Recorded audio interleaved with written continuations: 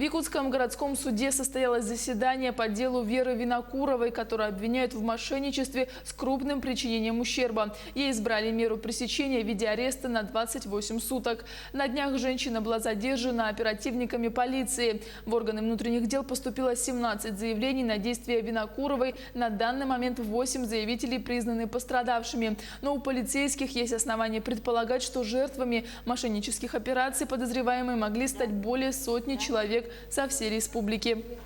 Из суммы взятия денег от 100 тысяч и 5 миллионов она не только брала деньги якобы на оформление земельных участков, но и продавала квартиры несуществующие и обманом вымогала у людей деньги.